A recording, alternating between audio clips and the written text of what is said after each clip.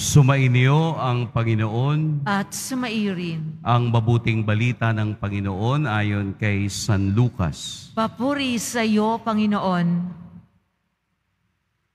Noong panahong iyon, samantalang dumaragsa ang mga tao, sinabi ni Jesus, "Napakasama ng lahing ito. Naghahanap sila ng palatandaan mula sa langit, subalit walang ipapakita sa kanila maliban sa palatandaang inilalarawan ng nangyari kay Jonas. Kung paanong naging isang palatandaan si Jonas sa mga taga-Ninibe, gayon din naman magiging isang palatandaan sa lahing ito ang Anak ng Tao. Sa araw ng paghuhukom, titindig ang Reyna ng Timog laban sa lahing ito at sila'y hahatulan niya ng kaparusahan, sapagkat nanggaling siya sa dulo ng daigdig upang pakinggan ang karunungan ni Solomon.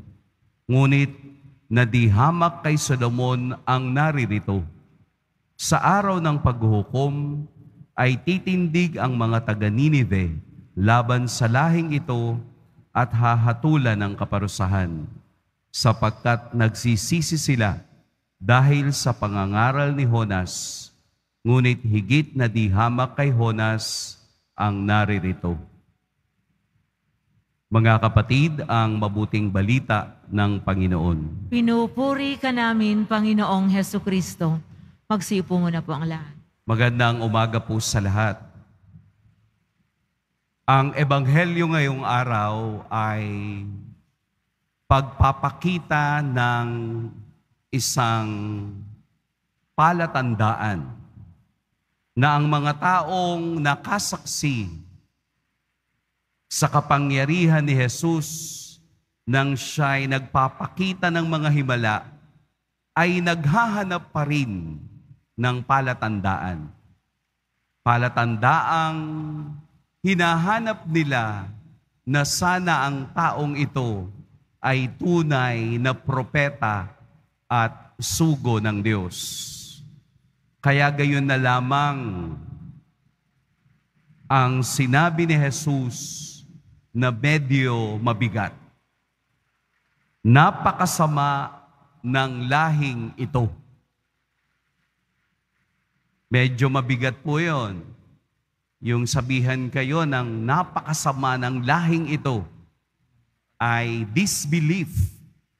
Yun bang nasa harapan na ninyo, nakikita na ninyo, nararanasan na ninyo, pero naghahanap pa rin kayo ng tanda. Yun bang ang tunay na grasya, biyaya, pagpapatawad, lakas na pwede nang ibigay ng Diyos ng 100%, mayroon pang pagdududa.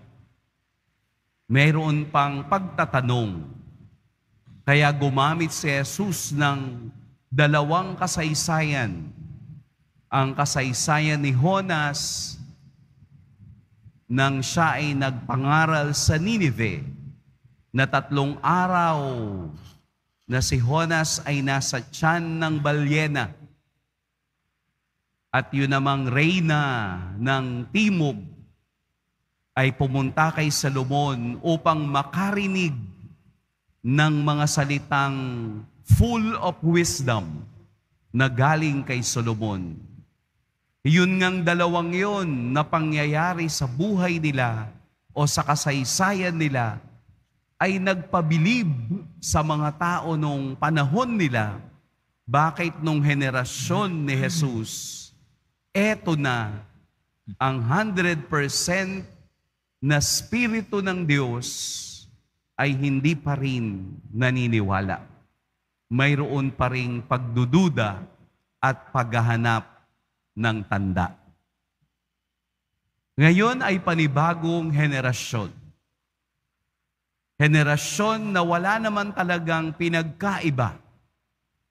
At ito rin ang nasasabi sa atin ng ating poon na napakasamang lahi nito. Bakit? Dahil marami pa rin tayong pagdududa na ginagawa sa Diyos. Ang kaniyang palatandaan na ito ang aking katawan na ibinibigay ko sa inyo. Isang palatandaan ng kaligtasan at daan patungo sa langit, marami pa rin ang nagdududa. Sana po sa ating buhay Kristiyano, maraming palatandaang ibinibigay ang Diyos upang patuloy kang maniwala sa Kanya. Palatandaang hindi natin minsan napapansin dahil mas naghahanap tayo ng mas konkretong palatandaan mula sa Diyos. Pero kung hindi bukas ang ating puso at isip, katulad ng henerasyong sinasabi ni Jesus, kahit kailanman hindi natin mauunawaan at mababasa ang palatandaang ibinibigay ng Diyos. Dito po sa isang barangay o isang lugar sa Batangas, kung kayo ay mapapasyal, meron dong isang kalsada na ang lahat ng mga bahay ay may mga nalagay na karatula kung kayo po ay taga Batangas. Yung karatula na yon ay may mga nakalagay kung ano ang natapos ng mga taong nakatira doon. Dito sa isang bahay, makikita mo may 4 na karatula. Sa 2, 3, 4. Engineer, doctor, teacher, seaman. Ayan. Ang gandang tingnan. Yun bang tanda na ang mga taong nakatira dito ay successful sa kanilang buhay?